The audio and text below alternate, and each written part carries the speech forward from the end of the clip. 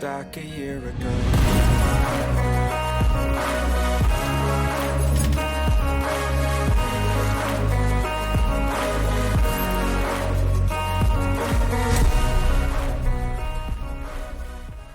Welcome, everyone, to another episode of the Beer Bound Podcast.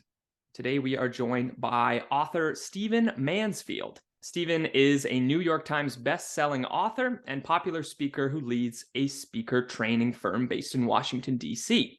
He serves part-time as a senior fellow of public leadership at Palm Beach Atlantic University.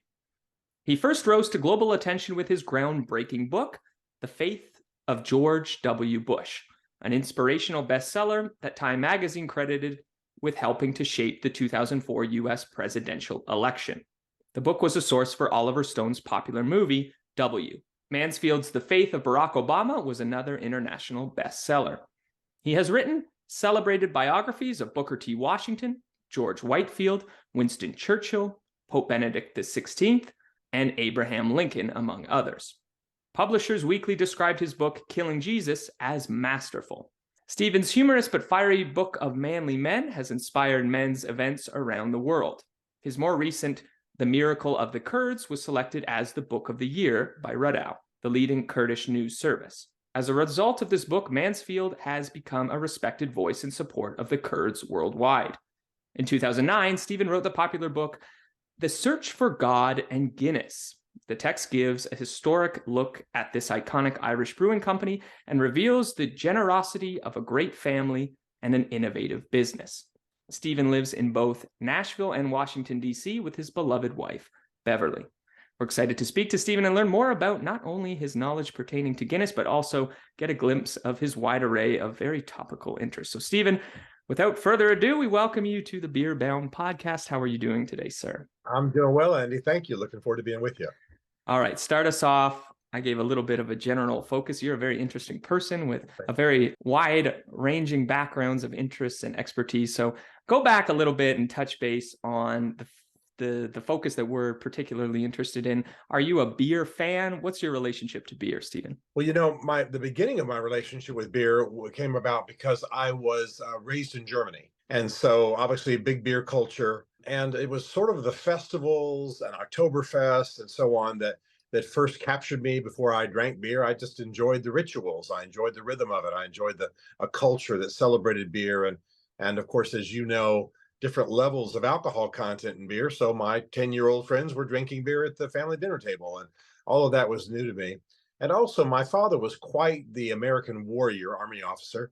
And so he would come home, kick off his boots, let the day drain off of him and have a beer. And so that was really the beginning of my understanding of beer as something that brought rest, something that was part of community, something that was cultural. It was more, like I say, the culture of beer, the time that Dad would hang with his family, or the time that Germany would celebrate its harvest and remember its heritage, things of that nature. So that's what it kind of gave me an elevated love of beer, even though I wasn't early in my life a beer drinker. And how long, you said your dad was a U.S., was he his position in the U.S. Army? He was Yeah, career Army. He was special, he was intelligence. That's why we were in Germany during the Cold War, also in Berlin during the Cold War. So he had a very high stress, high impact role.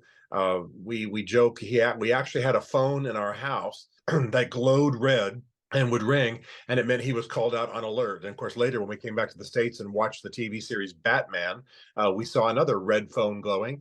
So we started calling it the Bat phone. But yeah, high stress job, and just a mug of beer at the end of the day with his boots kicked off, it transformed the feel in our whole home. And we were living behind the Iron Curtain, so there was plenty of reason to be stressed. But it gave me a sense of what just a beer could mean, and then that culture could mean. And I've kind of paid attention to that ever since.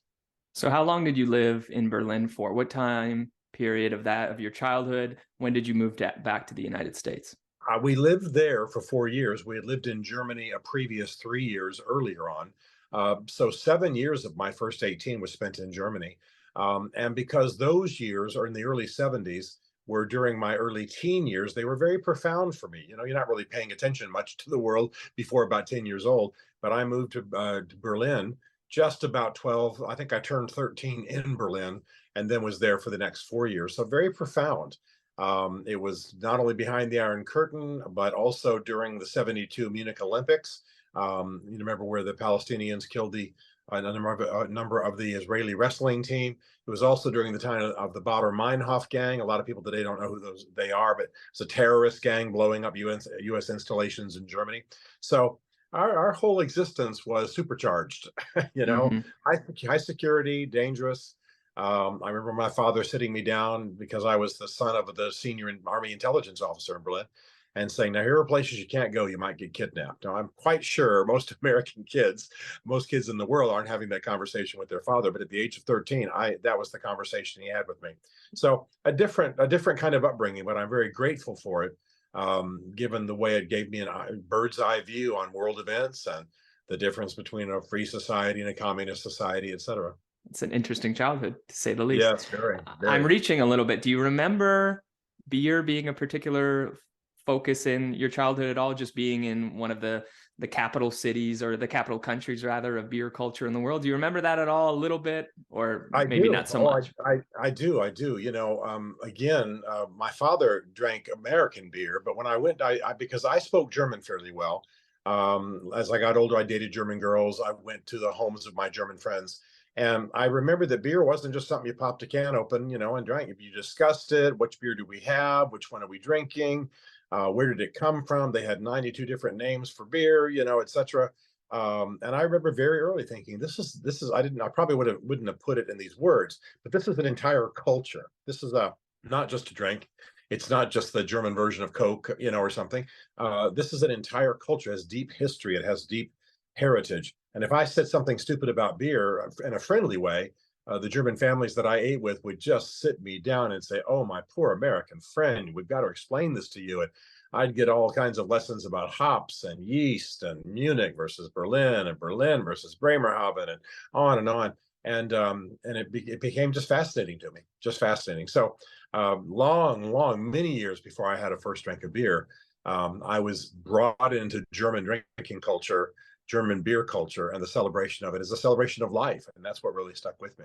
We've talked to a lot of people, and I would say this exists today. Do you remember maybe a switch between the way they look at beer in the United States and Germany? There's a sense of prohibition, and a further sense of prohibition of beer in the United States, of not being able to drink until you're 21. And then probably in Germany, like we've spoken with individuals, I mean, you can have beer if you're 14 and having a beer with your parents at dinner. That's maybe not so unusual. Do you remember that a little bit? I remember it very well. And as a student of history in college, I remember studying Prohibition and how how foolish and unwise it was, and the damage it did to our culture. It actually spread alcoholism and et cetera. And we can go into that if you want. But what I remember, it was interesting that I was in Berlin during those early teen years, and drinking was just woven into life. It wasn't tee-hee, we're taking a sip behind the high school gym, or sneaking off in the woods to have what my American friends called a kegger. It was just part of life. Every 12 or 13-year-old German I knew drank the lighter version, the alcohol lighter version of their beer. I don't remember the German word for it. It was just part of life. And they were actually surprised that I didn't, but my parents had asked me not to, and I didn't. And then when I came to the States, I remember we moved to Des Moines, Iowa. My father was commander of the Army Reserve there, U.S. Army Reserve. I remember that the big thing was this beer called Coors, and all my friends were driving across the state line from Iowa to get it where it was sold. I guess it wasn't legal, for at least for them in the state we were in. And it all became kind of a sneaky, behind, you don't tell the parents, we'll hide in the woods kind of thing. And it just all seemed weird to me. I didn't understand why alcohol had to be snuck. I didn't understand why it was such a big deal. I also didn't understand why Americans seem to have about 3 or 4 kinds of beer. My German friends had basically every major city in Germany produces its own beer many times over, and then has, then there are different levels of alcohol content. So you're putting your finger on something that's a real theme in my life. The difference between a society that in a mature fashion, I'm not saying there aren't excesses in German drinking society, but in a mature society where drinking is woven into life and part of everyone's life and seen as a healthy cultural thing. And then the US, where at least my high school friends were doing stupid and destructive things, because they were hiding it. It wasn't part of life. It wasn't brought into their daily lives with their families. And it was a real lesson to me. So let's jump ahead. You move back to the United States as a teenager, then you proceed on to post-secondary education. You do a bachelor's, then a master's, then finally a doctorate program. That's right. And a lot of your focus, it eventually leads you down a path of faith. Can you talk a little bit about that, your experience as a man of faith and working in the realm of Christianity? Sure. I got serious about my Christian faith just after high school and chose a Christian school, a Christian college, very aggressive academically, but with a Christian base. And I quickly became interested, of all the degrees, all the majors that I could have focused upon. I became interested in history, and I became interested early on in the influence of faith outside of the church. Now, I'm a church guy. Member of a church, and been a member of a church ever since I was 18, and I'm in my early 60s now. But I was interested in, how did having a faith influence a politician? How did faith influence a business owner? That kind of thing. What did faith do in American politics? What did faith do to various cultures? What did faith have to do with racism and maybe the rise of the KKK in the United States? Some people have, when they've introduced me, have joked and said Mansfield's interested in the secular side of faith, and that's kind of true. I'm interested in the impact of religious faith in the world outside the church. That's what brought me, by the way, to my first serious study of beer, because I didn't come to this academic study of beer through my normal channels. I was studying the history of movements that had social impact, and that's how I came upon John Wesley's, the founder of Methodism's, connection to Arthur Guinness. I'm sure you'll bring this up in a bit, but the bottom line is that's how I knew anything about Arthur Guinness. Was I tracked it by tracking Wesley and his nation-changing impact upon poverty and poor laws and prison reform and things of that nature. And of course, he developed a relationship with Guinness, which was profound both for Guinness and for Ireland. So I'm constantly coming to the story of beer through the prism of faith first, and it's just the path I ended up following. You became a pastor, I think, for about a decade, from 1992, I think I read, and up until the early 2000s. A couple of decades, actually. A couple of decades. Yeah. What prompted you to enter the world of faith as a practitioner, as well as maybe what led you to leaving this position to still be a man of faith, but in a different realm? Yeah, it's a great question. I felt a call, and I also wanted to take what I had been learning about faith, about the impact of faith, about the impact of Christianity in a positive way upon society, and I wanted to lead people into that. I felt like, quite frankly, I'm not critical of the Christian church necessarily, but I felt like a lot of faith was siloed. People were within the four walls of the church, not having the social impact they should have. Here I am studying, the Wesleyan revivals in England. Here I am studying the Great Awakening in America. Here I am studying other religious movements around the world and seeing how they transform politics, they transform poverty, they transform race relations, etc. Or if they went badly, they entrenched poverty and increased racism and what have you. So all of that made me want to lead and teach. And I was very fortunate to lead two fine churches in the U.S., one in Texas, one in Nashville, Tennessee. And we did have a lot of impact outside. We worked in the fields of poverty. In Nashville, interestingly, a little sidelight, I was the leader of a fairly sizable church in Nashville when the Kurds began to pour into Nashville because of the persecutions of Saddam. And so we got involved with them and helped them and built tea houses and taught them to speak English and taught them how to drive and all that kind of thing. And so again, the positive social impact of Christians when they embrace the core of their faith, the truth of their faith, fascinates me, and I wanted to lead in that direction. So that's why I was a pastor for a couple of decades. At the same time, quickly I'll say, I always knew I wouldn't do it forever. I love the church, I loved being a pastor, but I had a desire to have an impact, again, outside of the four walls of the church. I knew a moment would come when I would transition from pastoring within a church to working outside of the church, perhaps politics, perhaps writing, perhaps media, things like that. And so at about the midpoint of my professional life in my early 40s, I transitioned. Would you say that your childhood of being attached to a military family, obviously having quite a wonderful experience, a firsthand experience of going to different places, seeing the United States in a global lens, having spent a large portion of your childhood in Germany, under the Iron Curtain, as you said, in Berlin. Do you think that's what sort of activated your mind to be historically focused, to be political? I know you started your undergrad in focusing on history and politics, and obviously that's continued on through your life and your writings, and being an active mind and focusing on individuals and events in history, as well as having a political view on top of this. Do you think that's where that came from? Have you always been sort of interested in these two liberal arts fields? Where does that come from, Stephen? A very wise question. It's a combination of two things. Put your finger on one of them, the extensive travels of my early life. The US military doesn't do this now because their psychologists have told them that it's destructive to families. But at that time, at my era as a dependent in the American military, it was not uncommon at all to move every year. So I've told you that I was in Germany for about 6 or 7 years during my early years, but every year other than that, every year we moved. And so, there's some psychological trauma with that for a young person. But the other part of it is my parents were both well-read people who loved talking about history. So if we drove through the American South, my mother would say, for example, Stephen, just consider the lives of the people who lived in these slave shacks that we're seeing out in the fields. And then one of the funny things about my mom, we laugh about it to this day, is because she knew that travel was such an intellectual experience, we traveled with an entire set of encyclopedias in the back of the car, 20 some volumes. It was before the internet. So if we drove through Louisiana and it didn't say Jones County, it said Jones Parish, she'd say to my sister, look up the word parish and let's figure out why they used the word parish rather than the word county. So you had this travel for us, which could have been very destructive for us as kids, having to change friends, change schools, change everything every year, turned into a great intellectual feast. And we would talk for hours in the car about the experience of people, the difference between North and South, the difference between race relations and what have you.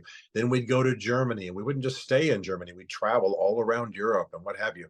So my intellectual awakening as a result, yes, of the travels the military afforded us, but my parents' use of those travels to awaken the curiosity of their children, and I'm eternally grateful for that. So where did writing come in? You wrote a book that did quite well in terms of its commercial value as well as its political value, The Faith of George W. Bush. You published this in the early 2000s, I believe? Yes, 2004. 2004. So had you been an avid writer prior to this? Had you published anything prior to this? Was this sort of your first opening of the door in writing a full-scale text? Where does your writing career begin? I had actually written 4 or 5 books beforehand, but they had not done near as well as that book did.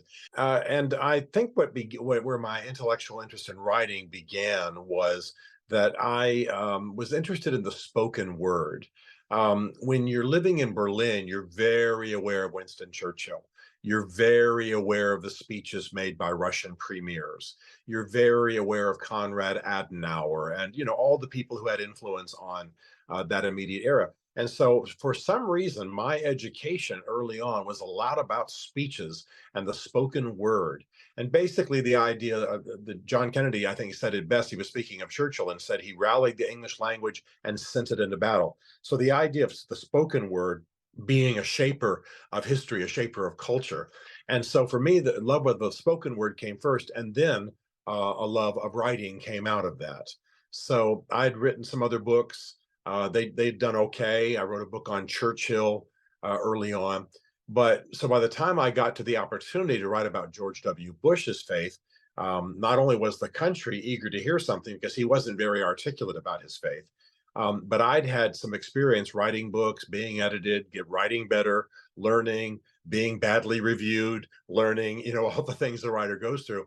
And by the time 2003, 2004, that I had the chance to write The Faith of George W. Bush for a major publisher, I was ready, and the market was just right. So the book was a big seller I mean, yeah, I can string English words together, but the country was desperate to know, hey, if we're going to reelect this guy, what's his faith he keeps on talking about? You may remember that famously a interviewer asked him who his favorite political philosopher was, and he said Jesus Christ because he changed my heart.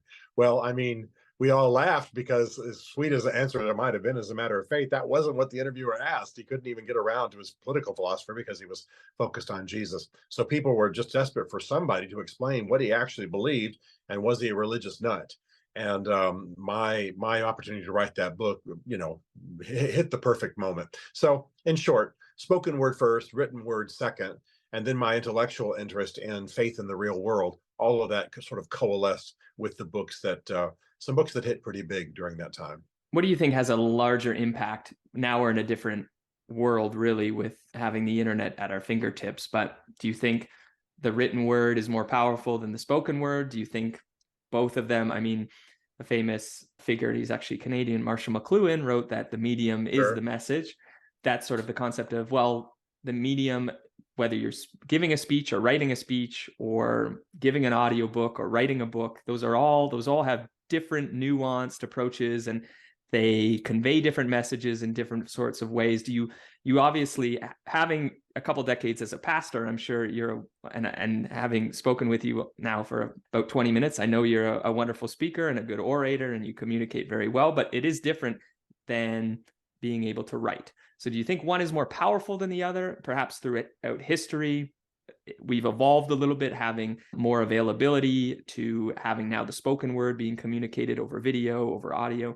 What do you see as the difference in these two types of ways of communication? Well, it's very interesting what's happening in our culture, because there was a time, as you know, when futurists and trend analysts expected that the image would kill the written word. They expected that television and movies and what have you would make the written word much less necessary. The reality is that the image, television, etc., has heightened the importance of the written word. If you watch what happens in news programs, for example, and this may be a little bit more of an American phenomenon, many times they're interviewing people on television, but they're talking about a book, or they're talking about something that was written, an op-ed in the New York Times or the Washington Post. There's a crawler at the bottom quoting somebody else in contention with the person who's on the screen. Often, you'll have to tell me if Canadian press is the same, but the American press is consumed with Twitter and tweets. And so the latest tweet from, a statesman is often on the screen. And so, in a sense, the image has propelled the written word. I wrote some books that sold well. There's no question that television interviews, people agreeing with me, people disagreeing with me, people picking up the cause of the book on Twitter, etc., absolutely propelled it far beyond anything I could where I could have taken it. So the bottom line is the two are serving each other. The press likes me because I write books, and it draws people to their television shows. I like the press because it takes my books to a whole new level, and of course I get my other news from it as well. So I think there's now an unexpected partnership between the two that is shaping our society. I've literally sat maybe for a couple of hours on a Sunday morning, watched the American Sunday morning news shows, and without intending to, almost everything that's being discussed is this rock star has a new book, that politician wrote a controversial book, that this company suing that company over the trademark restrictions on the written product, blah blah blah. It just goes on and on and on. So one didn't kill the other. They're propelling each other to new heights, and I think it's an exciting time to be alive, especially, by the way, for a reader. I love this digital age of Kindle and what have you. I think it's a great time to be alive for those of us who love books. Do you do all the audio recordings for the audio versions of your books? I do some of them. I don't do all of them. I'm convinced that I'm not the best voice for some of them. I really have respect for voice actors. So I've done a bunch of them. The Lincoln book I did, 2 or 3 others I did. My books for men I did. But somebody else did the Guinness Book of Voice Actor, because you had that's a pretty thick book. And if you're going to get it right, you've got to have somebody do an Irish brogue well. You've got to have somebody do an English upper crust voice well. You have to have somebody do Churchill. And I said, hey, I'm not doing this. I can't do that. So yeah, I've done some of them, and I enjoy doing it. But I think there's a place with some of my books, for as has happened, for somebody really skilled in that, a voice actor, so to speak, doing it. Let's get into Guinness, Stephen. So where does your connection to Guinness come from? Had you been aware of the story of Arthur Guinness? Had you perhaps been just a fan of this particular very famous Irish porter and you wanted to learn more about it? Tell us a little bit about how you knew about Guinness in the first place. The first way was, as I've said, when I was tracking John Wesley, and then I read about his connection to Arthur Guinness, and then Arthur Guinness changing the way he thought about his wealth and his calling to brew beer. I also had an Irish friend who attended the American school in Berlin when I was there, and he would talk about Guinness, and I wasn't even that interested in beer yet, but he would talk about the fact that he was the first one, I believe, to tell me that his mother was pregnant and the doctors had prescribed Guinness. And I didn't even understand why. It wasn't until years later, when I was doing the research for this book with my team, that we came back to that fact. So that was interesting. But the other thing that was intriguing to me was, as I continued to do a little bit of economic and business study as part of my academic work, Guinness kept coming up because of its incredible impact on the poor. Well, I'm sure we can talk about this later if you want to, but the Guinness company, in some years, its charity, so to speak, its trust, gave more to the poor than the Irish National Health. That's how generous and that's how profound their profits were. So it was, in other words, quite apart from the beer, the Guinness and the name. I mean, the company and the name just loomed large in my studies. So all of that coalesced when a publisher said, what we want to do are write the backstory of popular brands, and if it's a faith story, we'd like to do it. We'd like it even more. And immediately I thought of Wesley, Guinness, and the impact that faith, what John Wesley had upon the Guinness company. So that's the whole connection right there with the Guinnesses. In fact, I didn't have my first Guinness until after I was writing the book. And that's basically, as my wife said, look, you're not going to be authentic if you don't have one of these things, so get to it, So that was a lot of fun. Right. I like how you started the book. You gave fun facts about Guinness. You also started your book off giving the reader a little bit of information about beer in a historical context, as well as for American readers, a little bit about how beer has touched the United States. Now, I often, with beer historians and beer experts that we've spoken to, beer is a very difficult beverage to track down historically, because probably beer predates any written documentation we have now. But I like some of the context you've given. Can you break down a little bit of what you remember from research in this book and the book and what's in the book itself? Where does beer come from globally originally, as well as its connection to the United States? Where does it come from? When do we first see beer in the US? Yeah, it's really fascinating because beer probably was first experienced by human beings in the Middle East, as with almost all other things originally, and by accident. I mean, all it would have taken would have been for some grain to be left out in the rain, and the yeast from just airborne yeast to invade it, and someone might have tasted that liquid that resulted after some days there and said, we've got the makings of a drink. So it's very likely, most historians believe, that beer was accidentally produced. But then it was done intentionally, obviously, and it made its way to England. And that's where it comes to the US. Spaniards weren't huge beer drinkers. They were in the region first, other than, of course, the natives. We do certainly have records of the first peoples, I prefer to call them, by the way, given my love for Native Americans. We certainly have records of the first peoples having beer-like drinks, but we don't know anything specific because often they didn't write anything down. In American history, specifically American English history, beer comes with the very first settlers. And you may want to talk about the reason why eventually, but the reason is that people didn't tend to drink water in those days. You've got the Pilgrims coming over on the Mayflower, 1620. You've already had Jamestown occur, 1607, down south in Virginia. All of them would have brought beer. All of them would have wanted to quickly brew beer because it was the main thing they drank. They wouldn't have trusted the fresh springs and what have you that their Indian friends did. So beer first occurs in sort of official written American history. Let's call it the British history of North America. It really does with the first settlers. Now, again, I want to say carefully, because I have a great love for Native America, that there was some version of beer already here, but not the kind of beer we're talking about now, sort of British heritage beer. And so it came with the very first settlements: Jamestown, Roanoke, the Mayflower, etc. I mean, Plymouth, etc. It came with those first settlements, and it was an important part of their story, by the way. Yeah, definitely, and has persisted to being quite the synonymous, parallel, cultural important beverage up until this day. I would definitely say. Okay, so let's jump back to Ireland, to your book. So who is Arthur Guinness, Stephen?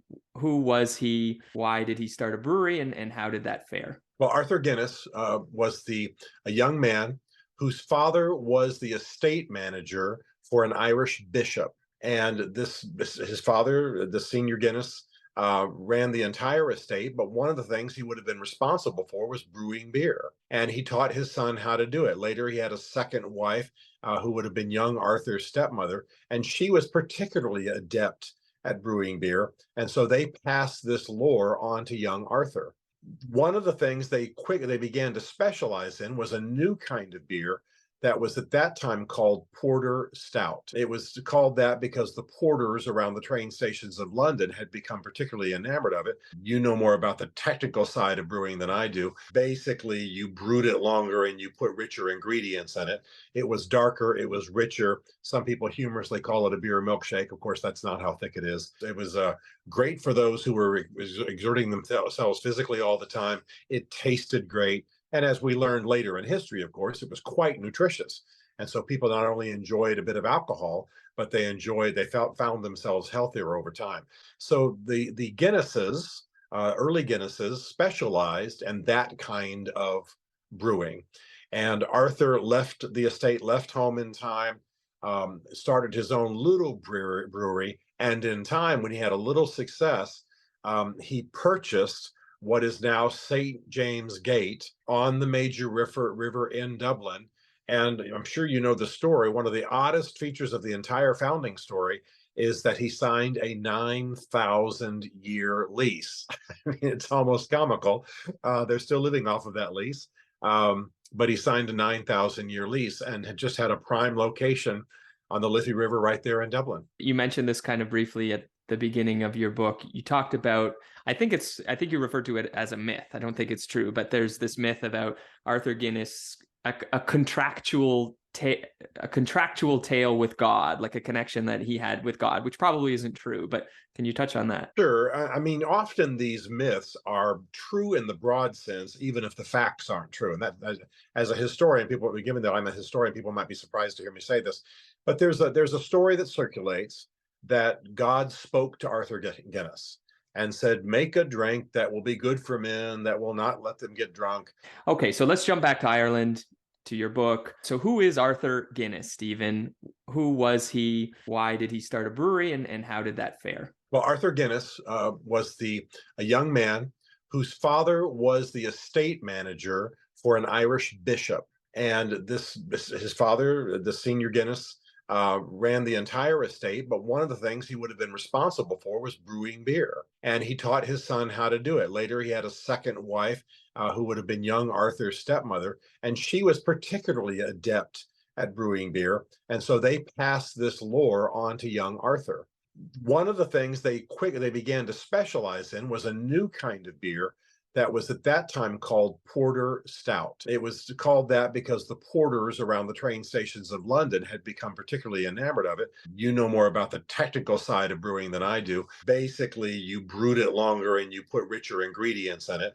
It was darker, it was richer. Some people humorously call it a beer milkshake. Of course, that's not how thick it is. It was great for those who were exerting themselves physically all the time. It tasted great. And as we learned later in history, of course, it was quite nutritious. And so people not only enjoyed a bit of alcohol, but they found themselves healthier over time. So the Guinnesses, early Guinnesses, specialized in that kind of brewing. And Arthur left the estate, left home in time, started his own little brewery. And in time, when he had a little success, he purchased what is now St. James Gate, but that will refresh them and make them better, kind of thing. And that's a myth. Now, he may have actually done that, and God may have actually been involved, but there's no record of that actually happening. And Arthur Guinness kept records, kept journals, and I'm sure that had God spoken to him, for heaven's sakes, he would have written it down. So it's not true, Arthur Guinness's story is so powerful and so high impact that I don't think it needs any enhancements. It doesn't need our imaginations adding to the story. But it at least hints at how people came to view the power of his life, the meaning of his beer, the good it did socially, even the good it did religiously. That people would, I think benevolently probably fabricate this story that then got handed down.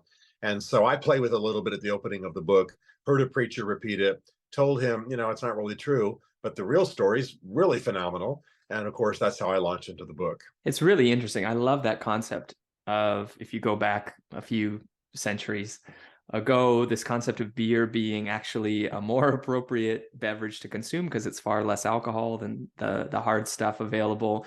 It's not leading to the social ills that are more synonymous with whiskeys or gin or the hard alcohol. So that's really funny.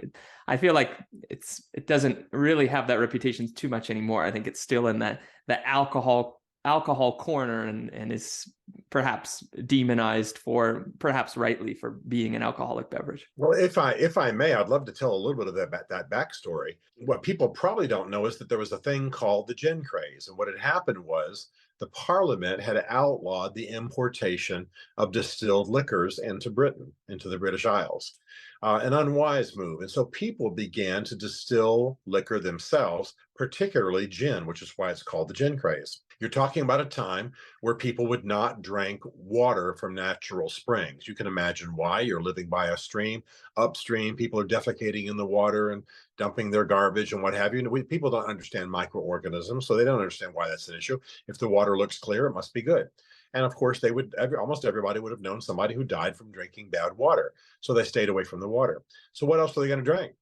Well, they began to drink gin. And I remember reading the writings of a bishop who said that gin made the British people what they never had been before, inhumane and cruel. There are famous drawings by Hogarth, a famous imprint by Hogarth. He's got Beer Lane and Gin Alley. And in Gin Alley, crimes going on, poverty's everywhere. The only person doing well is the man who's running a, I'm sorry, the word is escaping me, at the pawn shop, etc. On Beer Lane, though, people are engaged in the arts and they're plump and babies are strong and what have you. Because the gin craze really did ruin the country with alcoholism and heavy drinking, and gin was given to babies to make them sleep and children to make them quiet down, and it was just an alcoholic age. The reason I share all that is that those who brewed beer were seen as healing society. Sometimes people wonder, why is it that often the symbol for a beer company today is a monk or a nun? And it harkens back to this era. Those who wanted to heal society, those who wanted to prevent the ravages of gin in such a rampant way, brewed beer. And Arthur Guinness, given his skills, was seen as doing God's work, being a social do-gooder. Now, he was profiting, of course, as anyone should who runs a business, but it's the idea that he was brewing such a good beer at such a critical time. You can understand why people manufactured the idea that God had spoken to him, because it seemed like such a divine thing. And I think it's those who believe in providence would see it in that light. But society was being healed by what Arthur Guinness and others did. And it's because society was just being devastated by the overproduction and overconsumption of gin. Stephen, what do we know about Arthur Guinness's faith? Obviously, his background, his connection with his father. But do we have any, obviously you would know this, the research that you conducted. What do we know about his faith and how he practiced and just the way he went about living his life and his connection to God? How do we know this if he lived about 100, 250 years ago? Well, we know from his journals and the writings of others, including the bishop on whose estate he lived, that the bishop taught him faith. Part of the arrangement there was that the bishop would teach him the Bible, teach him faith, teach him literacy, teach him Christian literature.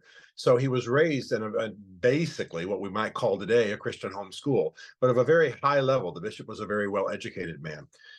Arthur continued to practice his faith, raised his children as Christians, but it was later when he was a prosperous businessman and he met Wesley that Wesley deepened his faith, because Wesley gave him, I think it's important to say, a vision for what to do with his faith. We still had this sort of Platonic dualism between the spiritual and the secular. And so Arthur Guinness, in his era early on, if someone asked you, do you have a calling from God? It always meant the clergy. No one ever spoke of having a calling to business or education or, newspapers or what have you. But Wesley broke that down, and he famously would preach a message to people like Arthur Guinness, which he did preach, by the way, at St. Patrick's Cathedral, that had the core message: make all you can, save all you can, give all you can to the glory of God. Well, there's a mandate for the redemptive use of business, right in a nutshell. And Arthur Guinness, because of those words and other words that Wesley spoke in the time they had together, was not only deepened in his faith and his commitment to Jesus Christ, but he was also given a distinctly Christian vision for what he was doing in business. And immediately he started a hospital for the poor. He raised the pay of his employees 20%. He began to work for Catholic Protestant reconciliation. He fought dueling, which had been a scourge of his age. I could go on. He was also the guy who introduced Sunday schools to Ireland. It had been Robert Raikes in England, but Arthur Guinness is the one who did it in Ireland. So he became really a profound religious reformer and social reformer. And all of that came about because of his faith. So it's fair to say he was not only a devoted Christian and a loyal son of the Irish Church, but he was, putting it humorously, a closet Methodist. He was a Wesley fan, a Wesley follower. He was a Wesleyan within the Irish Church. Yeah, it's fascinating. Do you think, Stephen, we need to be reminded of characters like Arthur Guinness a little bit in this day and age, when we really do look at alcohol, particularly in Canada? Actually, a governmental study came out a month ago that really gave a far deep scientific look at alcohol, and came out basically the crux of the study came out with this one sentence of, if you drink more than 2 alcoholic beverages in a week, it's considered risky, which is kind of a vague statement. And it got a lot of Canadians thinking, well, most Canadians, if Canadians do in fact drink, they probably consume more than 2 drinks per week. If they abstain entirely, well, then they probably have none. That's fine.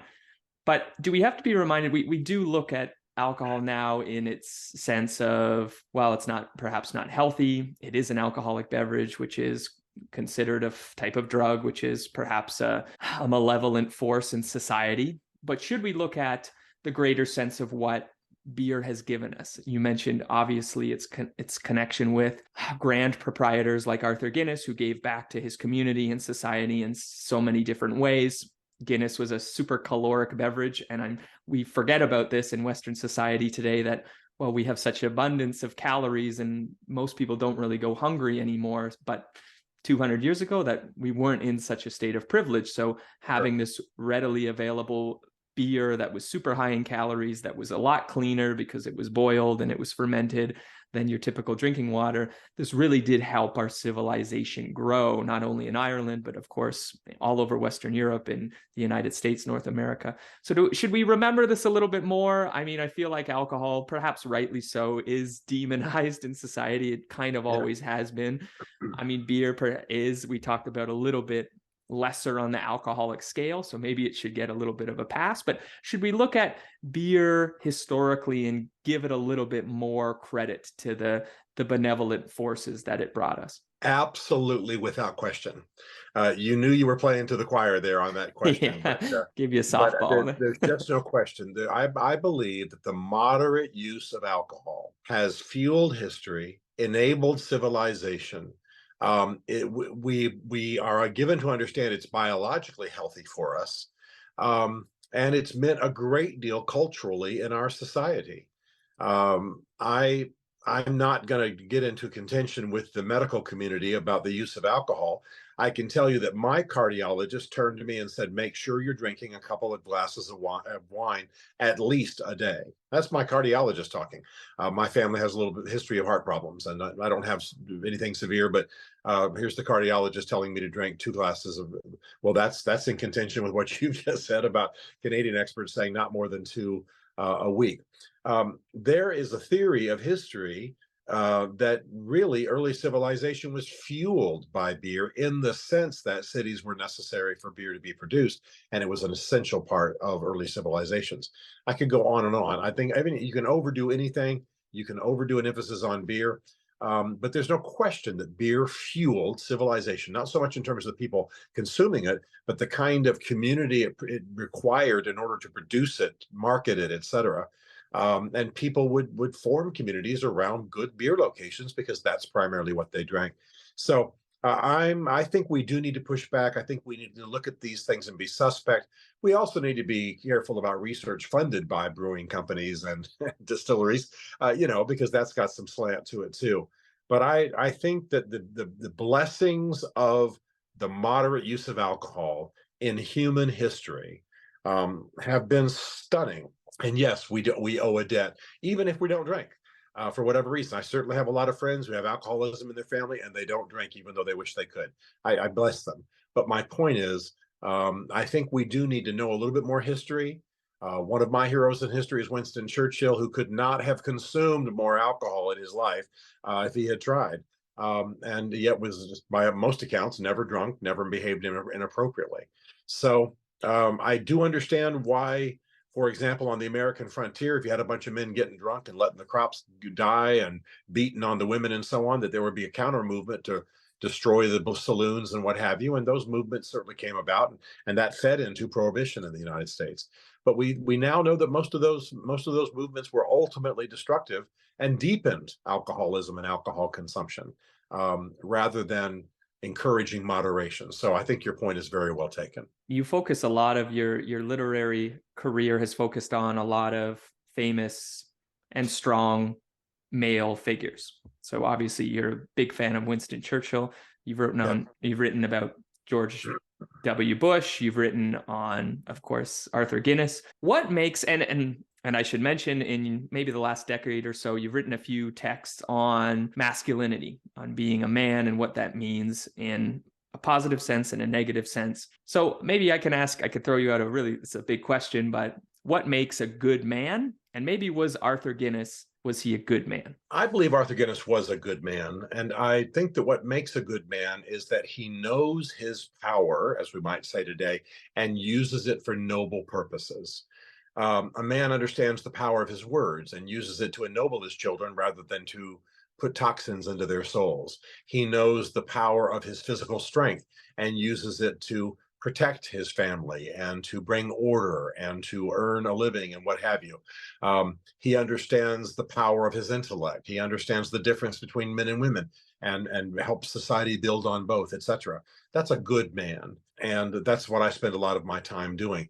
Arthur Guinness was that man, that kind of man. He was a man with passions. There's a great story that I love from early in his life when he first bought the brewery there at St. James Gate, and they wanted to turn off his water, and he showed up with a pickaxe and backed them off. I mean, he was a man's man in that sense. But I think he was a good man, and one of the main reasons was that I think one of the things a good man does is pass what's of value to him on to the next generation as a heritage and as a legacy. And Guinness definitely did that. He passed not just the physical brewery, but the whole culture that he had come to embrace, of the faith-based culture he had come to embrace, onto his descendants. And they took it to a whole other level, helping to wipe out poverty, restoring Ireland after the horrible potato famine, dealing with poverty in London, focusing on redoing housing. I mean, there are neighborhoods in Dublin still standing to this day that the Guinness has built to try to address poverty. That's all because Arthur Guinness passed his beliefs, his values as a gift onto the next generation and told them to take it further than he had. So I think he is a good man, good father, good husband, good Christian, a good user of wealth, which is, I think, is important for us, especially in a day like today where there's so much greed, so much wealth imbalance, and we need some adjustment. So he's a man that I can, say to my children and my grandchildren, follow all good people, but Arthur Guinness is one of them. You obviously studied other famous figures. Can you draw any connections between Arthur Guinness and the other, not necessarily the other men you've studied and written on? I know you wrote a book on Oprah Winfrey as well. So Yes. can you draw any connections between these figures? Was Arthur Guinness similar at all to Abraham Lincoln or Winston Churchill or Barack Obama? Were they similar in any ways? Were they fundamentally different? Just a little sidelight. It's interesting that you bring up Barack Obama, because the pub that I was in this morning in DC, just right near Union Station, near Capitol Hill, was exactly where Barack Obama had his first drink of Guinness. And they have photographs and so on. So it's interesting you bring him up. The person I've written about that I think there's a great parallel between him and Arthur Guinness is Churchill. And let me tell you why. Churchill had the impact, much of the impact that he had, by getting the British people during difficult times to think about the world they were winning, meaning their children and grandchildren's world. We will conduct ourselves so if the British Empire lasts 1,000 years, they will say this was our finest hour. He thought in terms of generations. He thought in terms of, let's do the right thing now, let's make sacrifices now, and we will win a world for the next generation. That was constantly his theme. It's why grandmothers would go out with sharpened brooms looking for Nazis in the woods. I mean, it's because they wanted to win the world for the next generation. And I think that's one of the great strengths of Arthur Guinness. Arthur Guinness could have been successful in his time and let his children just, as they say often, go to seed or go to hell or fall apart or be wastelings, be typical, aristocratic wastelings. But he didn't. He didn't. He brought them in. He taught them. He mentored them. We could use the word discipled. It's often used in churches. And he passed on to the next. It was only recently that the last Guinness stepped off the Guinness board. That it's lost, that the Guinness company no longer was under the Guinness family control. But the impact of Arthur Guinness thinking in terms of generations, I think Winston Churchill knew his story, knew his example, liked Guinness. And I'm not saying that Arthur Guinness taught him everything that Churchill knew about thinking in terms of generations and winning the future for the young. But I think that it's very similar. And I think it made both of them great. It's possible that the whole Guinness brewery and the whole Guinness vision could have collapsed in 1803 when Arthur Guinness died. It didn't. It lived on for more than 150 years beyond that.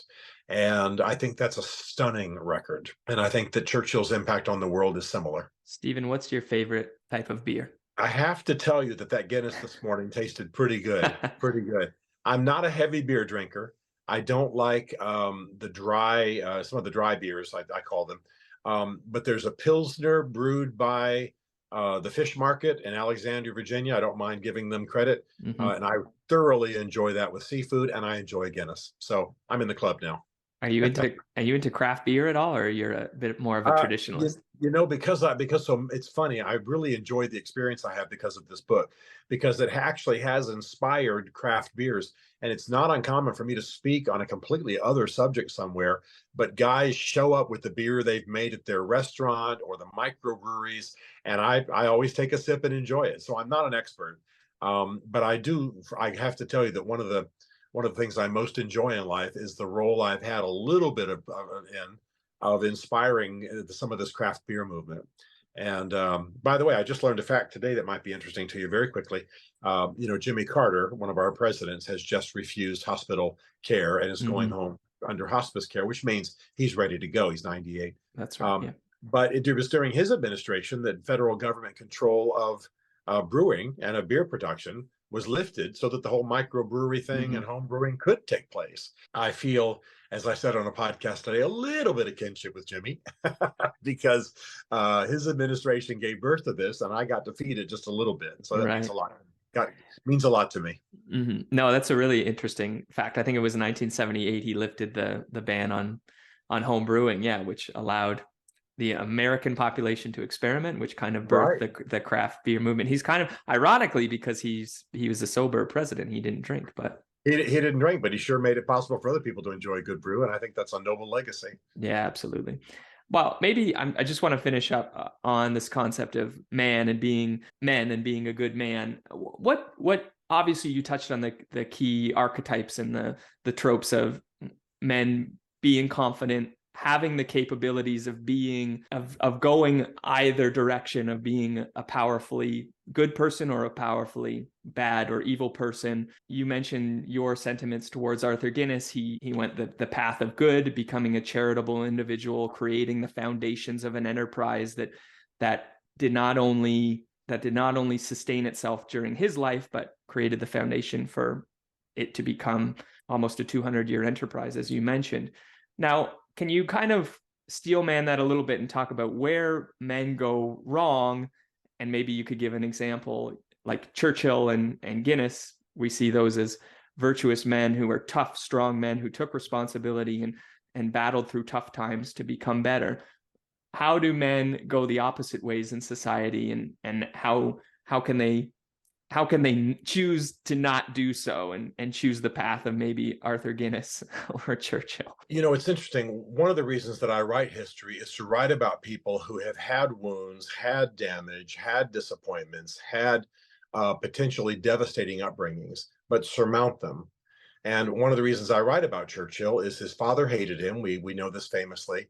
Churchill suffered black dog depressions, as he called them, his whole life as a result. He did poorly in school. He was a coward in the military. I could go on and on.